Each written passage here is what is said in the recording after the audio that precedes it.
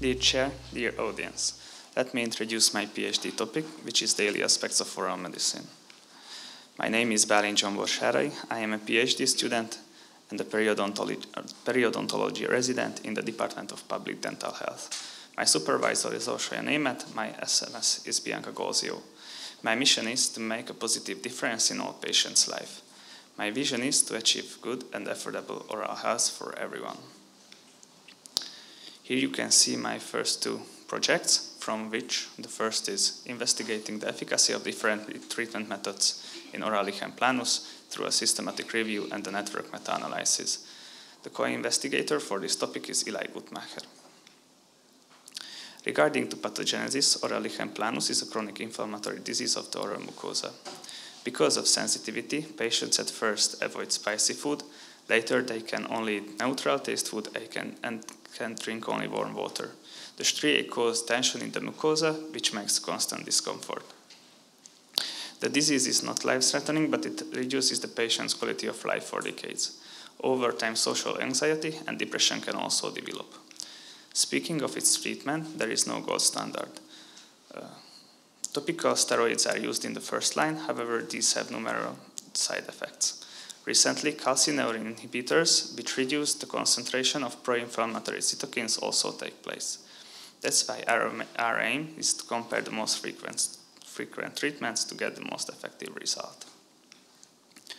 Our clinical question is, which is the more effective treatment, topical steroids or calcineurin inhibitors in patients suffering from Oral Lichen Planus?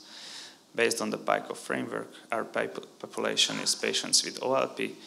We are comparing calcineurin inhibitors, topical steroids, and placebo to each other to get the outcomes of morphology, severity of pain, and adverse effects. Our hypothesis is that topical calcineurin inhibitor treatment has better efficiency and longer effective period than measured in topical steroid therapy for OLP. A systematic search was conducted in 4 databases in November 2023 with the search key mentioned on the slide. After the selection process, we got 27 eligible articles for the data extraction part. We have 3 finished analyses with the outcomes of severity of pain using the visual analog scale, which is a 10 centimeter long scale and measures the pain based on the patient feedbacks. Second one is lesion morphology using the clinical scoring system, which describes the mucosal appearance from 0 to 5 according to Tongprazom and colleagues.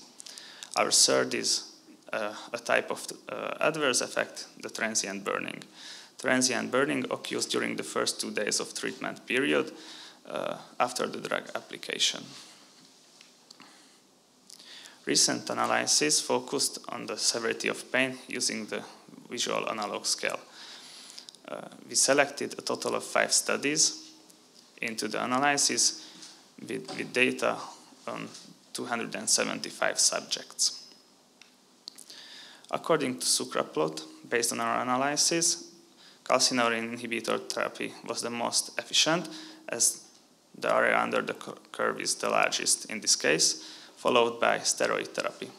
Placebo had the least impact on decreasing pain in analyzed subjects. A closer look at the leak heat plot shows us that calcineurin inhibitor therapy was the most effective one, as the pain decreased 1.32 more compared to placebo and 0.11 more compared to steroids. However, our findings are statistically insignificant and also clinically irrelevant. The next outcome is lesion morphology using the clinical scoring system. A total of 3 studies were selected in the analysis with 79 subjects in each treatment regimen. We compared calcineurin inhibitors to steroids. The effect of measurement was mean difference with 95% confidence interval. As you can see, we couldn't find any statistically significant or clinically relevant difference between calcineurin inhibitors and steroids. The heterogeneity was low. The last outcome is transient burning, which is a type of side effect. 4 studies were selected in the analysis with 121 subjects in the calcineurin inhibitor group and 126 subjects in the steroid group.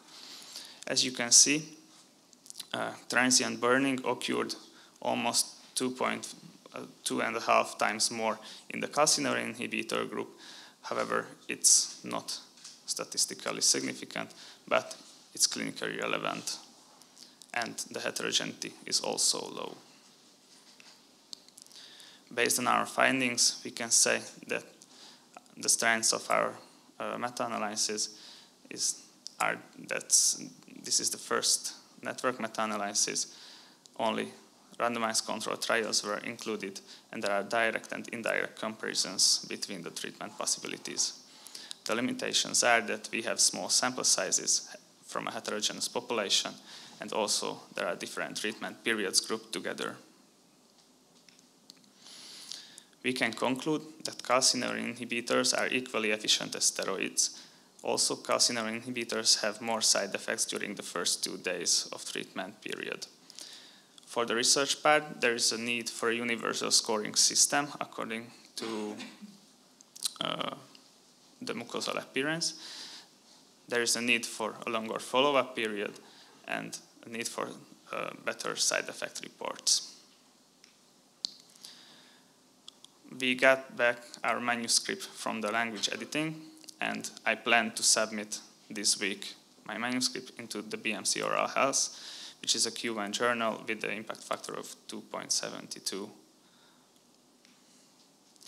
My second project is investigating the efficacy and safety of laser therapy on oral mucosal lesions through a systematic review and a meta-analysis. The co-investigator for this topic is also Eli Guttmacher. Oral mucosal lesions can be complications of radio or chemotherapy or can have autoimmune origin. These lesions start to develop in an asymptomatic manner, followed by the presence of erythema, burning, and increased sensitivity. Erythema may progress into desquamation, followed by the appearance of painful ulcers associated with dysphagia. Because of its complexity, there is no standard treatment. Topical and systematic therapies include avoiding certain foods, use of anti-inflammatory drugs, steroids,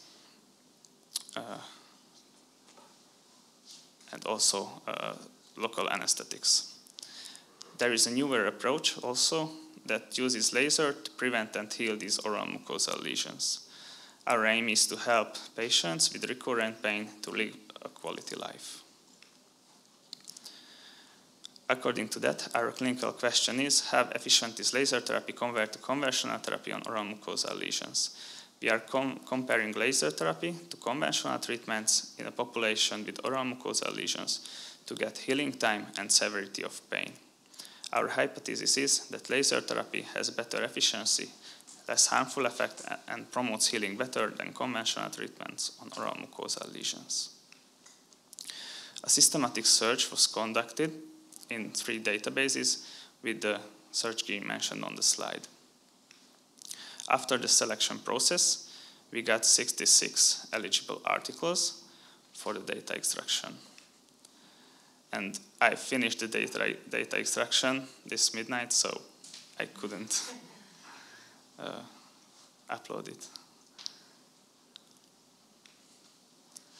To mention my aims, I would like to submit my first project this week and to finish my second project in June 2025.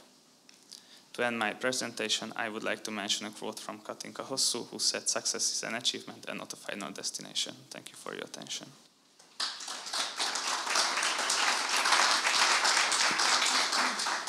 Are you still saying that the best treatment for lichen would be the topical steroid? Sorry, I couldn't hear it. The best treatment for lichen oris is the topical steroid for symptomatic problems? Thank you for the question. Yes, we can say it, but topical calcineurin inhibitors are similarly good in the case of drug tolerance development for the steroids. also, as I said, we have to conduct further researches regarding the long-term side effects when using topical calcineurin inhibitors.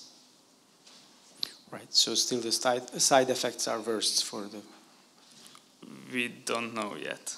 We have to check it in long term. Okay. Wasn't it in your statement that the calcineurin... Yeah, regarding transient burning. Do you have any idea why the sample numbers are so low? So usually we have a centers like in Semmelweis University, and everybody send the patient for a wide area. So they should have much more numbers of patients, because otherwise it's very difficult to make any conclusions. Thank you for the question.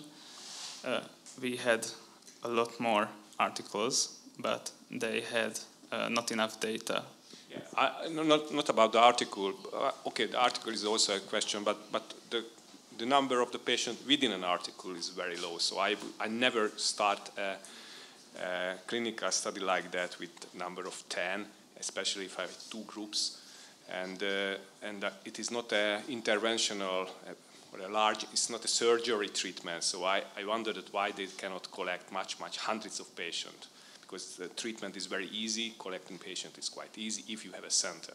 So maybe you cannot answer this, but also it reminds me that maybe we have to do this study in our university, because we also have this center in oral diagnosis and even in your department, and then you will have a much higher number, and you can also answer the question about this long-term effect.